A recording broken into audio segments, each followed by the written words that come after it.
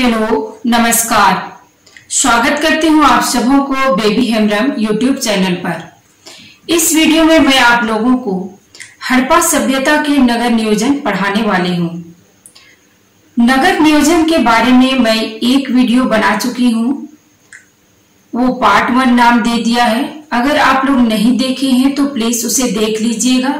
आज हम लोग पढ़ने जा रहे हैं नगर नियोजन का पार्ट 2।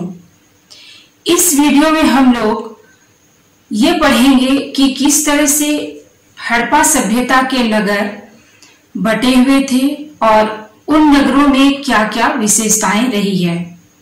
यहाँ हम लोग सबसे पहले देखेंगे कि हड़प्पा सभ्यता का वो 8 शहर जिसे नगर की संज्ञा दी गई है, उनमें से ऐसे कौन से स्थल थे जो 3 भागों में बटा हुआ था।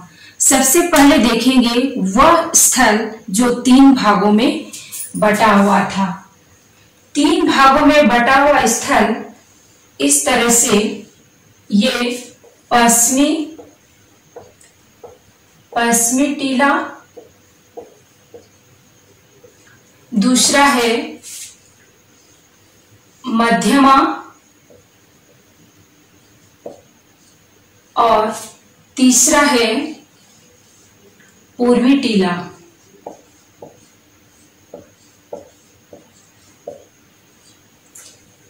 ये स्थल 3 भागों में बटा हुआ था, लेकिन तीनों भागों में से 2 भागों में ही रक्षा प्राचीर से घिरा हुआ पाया गया है। ये 2 भाग, पश्चिमी टीला और मध्यमा, ये 2 भाग सिर्फ रक्षा प्राचीर कहिए, परकोटा कहिए या चहरदीवारी कहिए, ये 2 भाग चहरदीवारी से घिरी हुई मिली है। और चहरदीवारी भी एक पक्की ईंटों की चहरदीवारी से घिरी हुई पाई गई है। वह स्थल कौन सा है? वह स्थल अगर हम लोग देखें तो वह स्थल है धोलावीरा।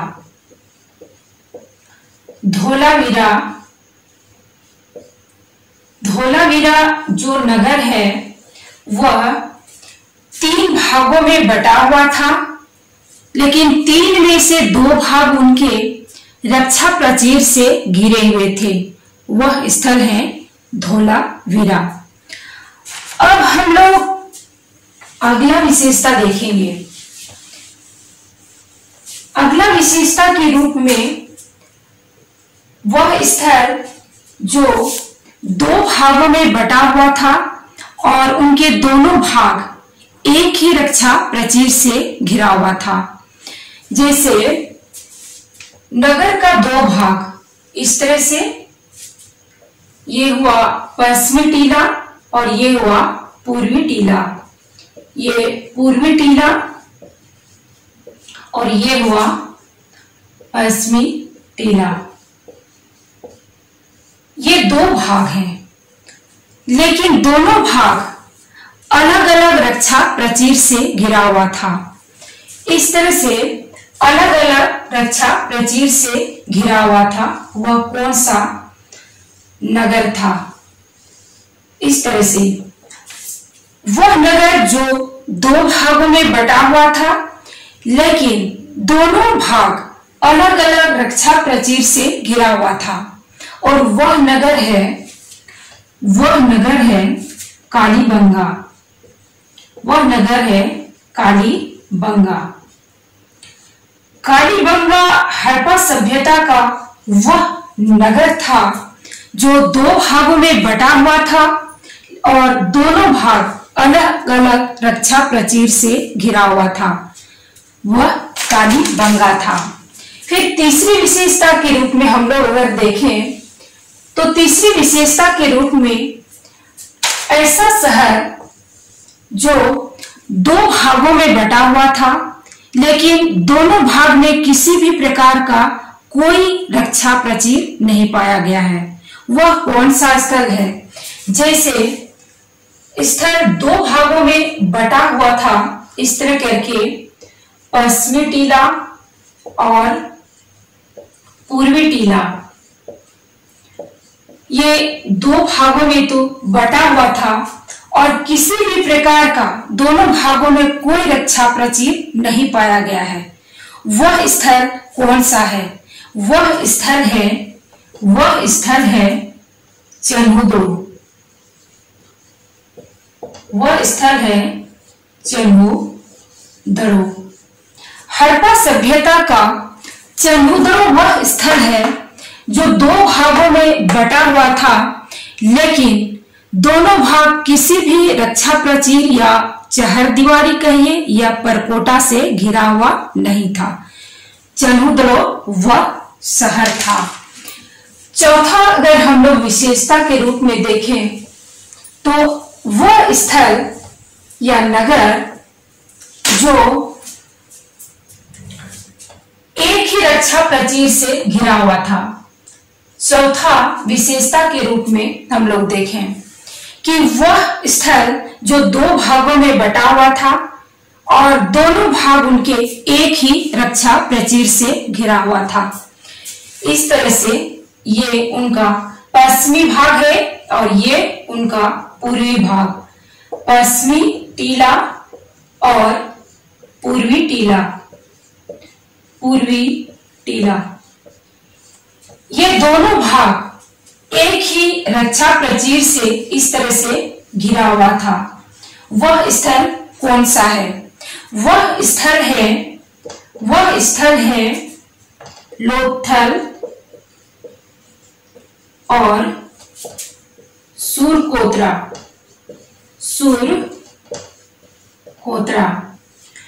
लोथल और सुरकोत्रा ऐसे दो हड़प्पा सभ्यता के स्थल हैं जो दो भागों में बटा तो हुआ है, लेकिन दोनों भाग एक ही रक्षा प्राचीर से घिरा हुआ था। वह शहर है लोथल और सुरकोत्रा। इस तरह से हम लोगों ने यहाँ शहर के चार प्रमुख विशेषता को देख लिए। अब हम लोग आगे देखेंगे कि हड़प्पा सभ्यता का प्रत्येक शहर किस तरह से बसा हुआ था।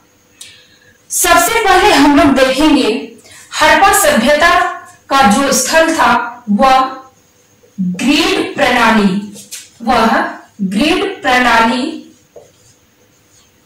में बसा हुआ था, यानी जाल के रूप में बसा हुआ था। हड़प्पा सभ्यता के अगर हम लोग नगर को देखें तो वह ग्रिड प्रणाली के रूप में बसा हुआ था। हड़प्पा सभ्यता का जो नगर था वह आयताकार और वर्गाकार दोनों रूपों में बसा हुआ था। आयताकार के रूप में भी बसा हुआ था और वर्गाकार के रूप, दोनों रूपों में हड़प्पा सभ्यता के शहर बसे हुए थे। इतना ही नहीं, अब हम लोग देखेंगे कि इनका नगर किस रूप में था। तो सबसे पहले हम लोग देखेंगे इसकी सड़क व्यवस्था। ये सड़क व्यवस्था है। हड़प्पा सभ्यता का जो नगर था उनका सड़क लंबवत रूप में बिछा हुआ था। ये सड़क है और ये लंबवत रूप में बिछा हुआ था। सड़क एक दूसरे को समकोण पर काटता था।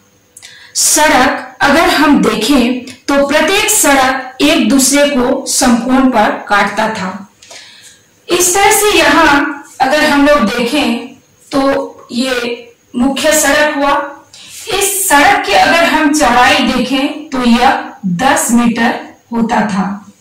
इसी के साथ ही और भी सड़कें हुआ करती थी। इस तरह से और भी सड़कें हुआ करती थी और इन सड़कों की अगर हम लोग चौड़ाई देखें तो इन सड़कों की चौड़ाई कुछ कम थी। इस सड़कों की चौड़ाई अगर हम लोग देखें तो इसकी चौड़ाई 2.75 मीटर से 3.66 मीटर होती थी। मुख्य सड़क ये जिनकी चौड़ाई अगर हम लोग देखें तो 2.75 मीटर से 3.66 मीटर हुआ करती थी। लेकिन एक ऐसा सड़क भी मिला है जिसकी चौड़ाई 10 मीटर थी। यहां हम लोग अगर देखें कि 10 मीटर चौड़ाई वाली सड़क वो किस स्थल से प्राप्त हुई है। जिस शहर की सड़क की चौड़ाई 10 मीटर थी वह शहर था मोहनजोदड़ो।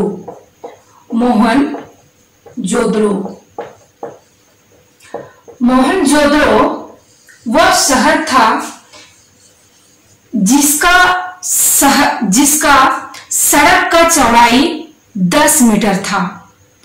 इस तरह से यहां क्वेश्चन बनता है कि 10 मीटर चौड़ा वाला सड़क किस स्थल से प्राप्त हुए हैं, तो आंसर होगा मोहनजोदड़ो से। मोहनजोदड़ो से प्राप्त वह 10 मीटर की सड़क उसे राजपथ की संज्ञा दी गई है। इसलिए राजपथ के बारे में अगर क्वेश्चन पूछा जाए कि हड़प्पा सभ्यता के किस स्थल से राजपथ की प्राप्ति हुई है, तो वह मोहनजोदड़ो होगा। अब हम लोग यह भी देखेंगे कि हड़प्पा सभ्यता के इन शहर स्थल से क्या नलियां भी प्राप्त हुई है और साथ ही पतली पतली जो गली हुआ करती थी उनकी चौड़ाई कितनी थी।